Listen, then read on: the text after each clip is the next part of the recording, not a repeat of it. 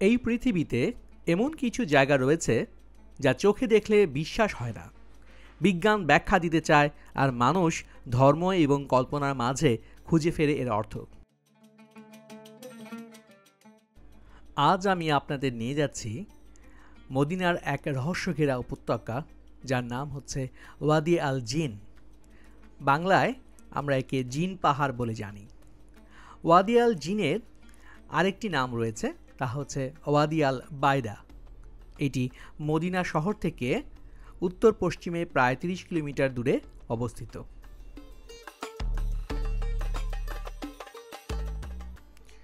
আমরা খুব ভোরে যাত্রা শুরু করি মদিনা শহর হতে। রাস্তা অনেকটাই পাথুরে। পথে যেতে যেতে চারপাশে যেন ধীরে ধীরে বদলে যেতে থাকে শহরের ব্যস্ততা। মরুর একাকিত্ব যেন আপনাকে গ্রাস করে।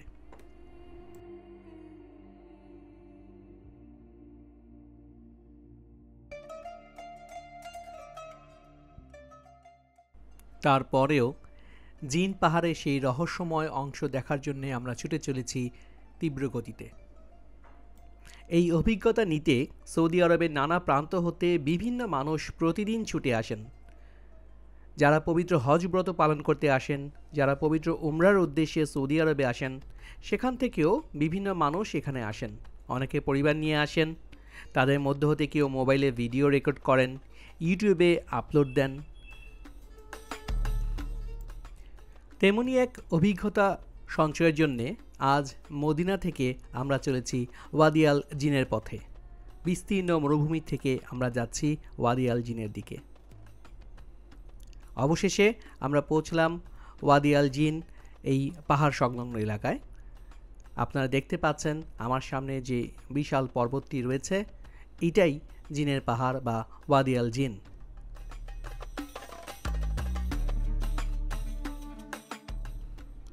জায়গাটিতে পৌঁছানোর কিছু আগেই আপনি বুঝে যাবেন যে আপনি কোনো সাধারণ জায়গায় যাচ্ছেন না।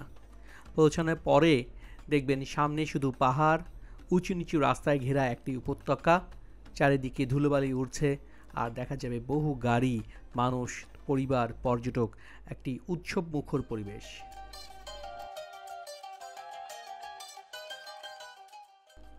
আমরাও এখানে গাড়ি থেকে নেমেছি। আমাদের সহযাত্রী যারা আছেন তারাও একসাথে আমরা নেমেছি।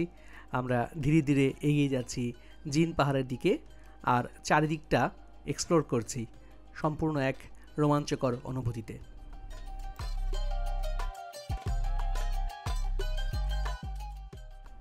দূর দূরান্ত থেকে কত মানুষ যে এখানে এসেছেন সে আর বলার অপেক্ষা রাখে না।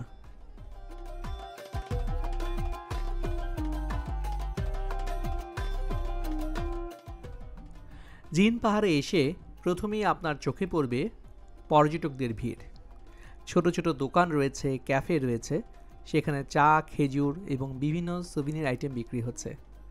মরুর এই রুক্ষ পরিবেশে বসে গরম কফির কাপ হাতে নেওয়া এক অন্যরকম অনুভূতি।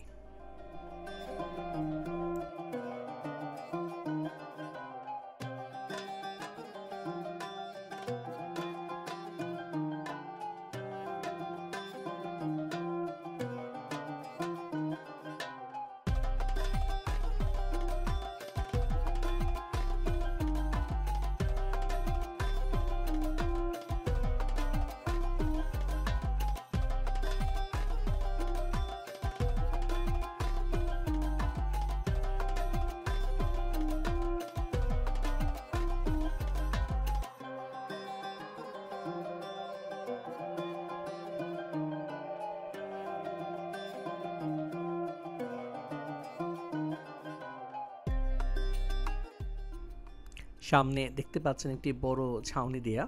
এটা একটা রেস্টুরেন্টের মতো। এখানে বসে কিছুক্ষণ বিশ্রাম নেওয়া যায়। আবার ওনাদের কাছে বেশ কিছু পোশাকও রয়েছে। সেই পোশাক পরে, স্থানীয়দের পোশাক, সেই পোশাক পরে আপনারা ফটো সেশনও করতে পারবেন। আমরা সামনের দিকে হেঁটে যাচ্ছি।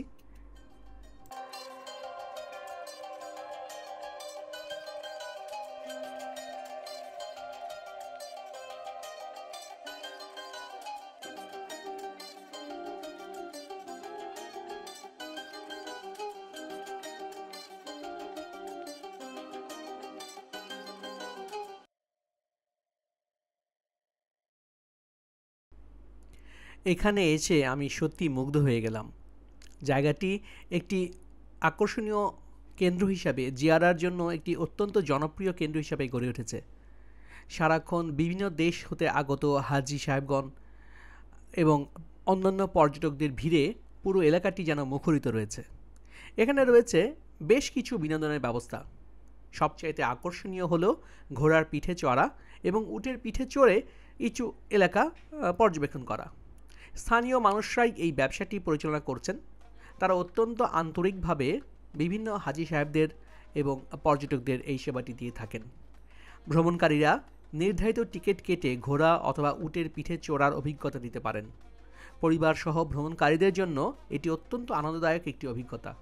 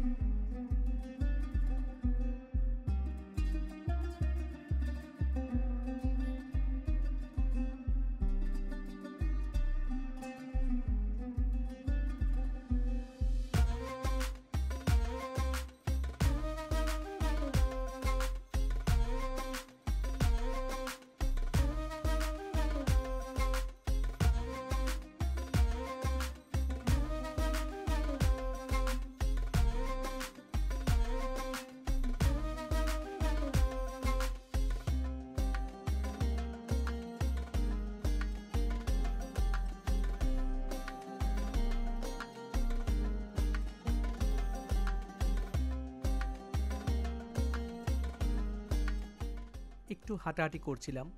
চারপাশে কোনো শব্দ নেই, শুধু হালকা বাতাস, মাঝে মাঝে উটের ডাক আর দূরে মানুষের কোলাহল। এই নিস্তব্ধতা যেন আপনাকে টেনে নিবে ভিতরে কোনো অজানা অনুভবে। পাহাড়, ধুলা এবং সূর্যের আলো, মরুভূমির বিশাল এক মুক্ত মঞ্চ, যেখানে আপনি নিজের সাথে একদমই একা। এবার ফেরার পালা। এই জায়গার আসল আকর্ষণটি এখন আপনাদের দেখাচ্ছি। আমাদের গাড়ি কিন্তু বন্ধ, নিউট্রালে আছে। দেখুন, নিউট্রালে আছে। এই নিউট্রাল থাকা অবস্থাতেই কিন্তু গাড়ি এখন 60 কিলোমিটার উঠে গিয়েছে এবং গাড়ি নিজে নিজেই চলছে। এইটা হতে পারে গ্র্যাভিটি হিল, হতে পারে ইলিউশনস, আমি এখানে কিছু বলছি না। দেখুন গাড়ির গতিবেগ কিন্তু আরও আস্তে আস্তে বাড়ছে। আমরা লক্ষ্য করলাম যে আমাদের চালকের কিন্তু পা, ব্রেক বা অ্যাক্সেলেটর কোথাও নেই এবং গাড়ি কিন্তু মনিটরে দেখাচ্ছে কমপ্লিটলি নিউট্রাল। তারপরও গাড়ির গতিবেগটি লক্ষ্য করুন, গাড়ি যথেষ্ট বেগে চলছে এবং আমি দেখতে পাচ্ছি গাড়ির গতিবেগ অলমোস্ট এখানে 100 হয়ে গিয়েছে। এইটা হতে পারে গ্র্যাভিটি হিল, হতে পারে ইলিউশন। আমি এখানে অনেক প্রশ্ন নিয়ে এসেছিলাম, সব প্রশ্নের উত্তর না পেলেও ফিরে যাচ্ছি অনেক অনুভূতি নিয়ে। এই ছিল আজকে আমাদের টুকটাক গল্প। ভালো লাগলে ভিডিওটি শেয়ার করবেন, লাইক দিবেন, আর নতুন নতুন গল্প পেতে আমাদের সাবস্ক্রাইব করে আমাদের পাশে থাকুন। আপনারা যদি কখনও মদিনায় আসেন, জিন পাহাড়ে একবার আসুন, হয়তো আপনিও নিজের মতো করে কিছু অনুভব করবেন। আল্লাহ হাফেজ। দেখা হবে অন্য কোনো ভ্রমণে, অন্য কোনো রহস্যে। ধন্যবাদ সবাইকে।